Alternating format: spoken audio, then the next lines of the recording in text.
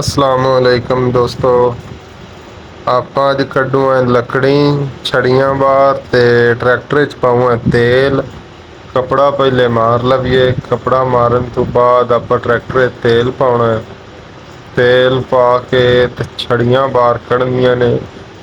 ਇੱਕ ਵੀਗਾ ਨਾ ਬਰਸੀਨ ਦਾ ਕੱਢਣਾ ਅਗੇਤਰਾ ਤੇ ਫਿਰ ਕੱਢਨਾ ਇੱਕ ਵੀਗਾ ਲੂਸਣ ਦਾ। ਕਿੱਲਾ ਇੱਕ ਭੱਠਿਆਂ ਦਾ ਕੱਢਣਾ ਤੇ ਜ਼ਮੀਨ ਤਿਆਰ ਕਰਨ ਵਾਲੀ ਪਈ ਏ। ਪੀਕ ਆਪਾਂ ਰੱਖ ਦਿੱਤੀ ਉੱਤੇ ਤੇ ਮੈਂ ਕਿਹਾ ਪਾਉਣ ਸਾਰੇ ਟਰੈਕਟਰ ਨੂੰ ਕੱਪੜਾ ਮਾਰ ਲਈਏ। ਕੱਪੜਾ ਮਾਰਨ ਤੋਂ ਬਾਅਦ ਫਿਰ ਜਨਾਬ ਆਪਾਂ ਟਰੈਕਟਰ ਸਟਾਰਟ ਕਰਾਂਗੇ ਤੇਲ ਸ਼ੇਲ ਪਾ ਕੇ। ਤੇਲ ਪਾਉਣ ਤੋਂ ਬਾਅਦ ਤੇ ਉਸ ਤੋਂ ਬਾਅਦ ਆਪਾਂ ਨੂੰ ਸ਼ਹਿਰ ਵੀ ਕੰਮ ਹੈ, ਜਾਣਾ ਹੈ। ਲੇਕਿਨ ਹੁਣ ਪਾਉਣ ਦੇ ਕੰਮ ਨਿਬੇੜ ਕੇ ਫਿਰ ਹੀ ਜਾਣਾ। ਤੇ ਕੱਪੜਾ ਸਾਰੇ ਨੂੰ ਲੱਗ ਗਿਆ, ਬਸ ਇਹ ਸਾਈਡ ਥੋੜ੍ਹੀ ਜਿਹੀ ਰਹਿ ਗਈ ਹੈ। ਇਸ ਸਾਈਡ ਤੇ ਮਾਰ ਕੇ ਕੱਪੜਾ ਤੇ ਫਿਰ ਆਪਾਂ ਜਨਾਬ ਅੱਜ ਕੈਮਰਾਮੈਨ ਵੀ ਆਪਦਾ ਨਵਾਂ ਹੀ ਹੈ। ਤੇ ਵੇਖੋ ਕਿਵੇਂ ਦੀ ਵੀਡੀਓ ਬਣਾਉਂਦਾ। ਡੀਜ਼ਲ ਪਾਉਂਦੇ ਹਾਂ, ਡੀਜ਼ਲ ਵੀ ਥੋੜ੍ਹਾ ਲਿਆਂਦਾ 15 ਲੀਟਰ ਤੇਲ ਲਿਆਂਦਾ ਸਿਰਫ। ਤੇ ਉਹ ਇਹ 'ਚ ਇਕ ਵਾਰੀ ਪਾ ਲਈਏ।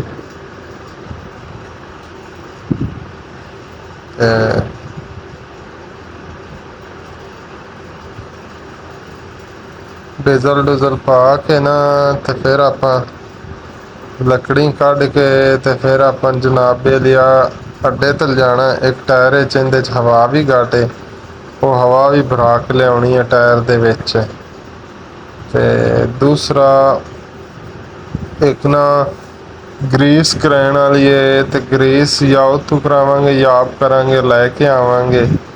ਟਰੈਕਟਰ ਧਵਾਇਆ, ਧੋਣ ਤੋਂ ਬਾਅਦ ਗਰੀਸ ਨਹੀਂ ਕੀਤੀ ਤੇ ਉਹ ਵੀ ਕਰਨੇ ਹੈ।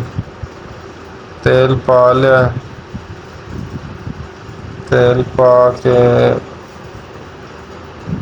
ਤੇ ਫਿਰ ਜਨਾਬ ਤੇ ਤੇਲ ਦੇ ਢੱਕਣ ਬੰਦ ਕਰਕੇ ਰੱਖਣੇ ਆ। ਤੇ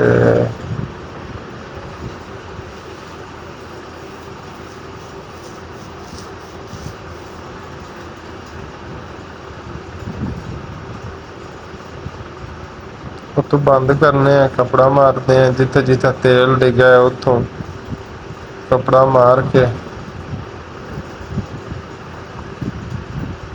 ਫਿਰ ਇਹਨੂੰ ਸਟਾਰਟ ਕਰਨੇ ਆ ਟਰੈਕਟਰ ਨੂੰ ਤੇ ਟਰੈਕਟਰ ਲੈ ਚੱਲਣੇ ਆ।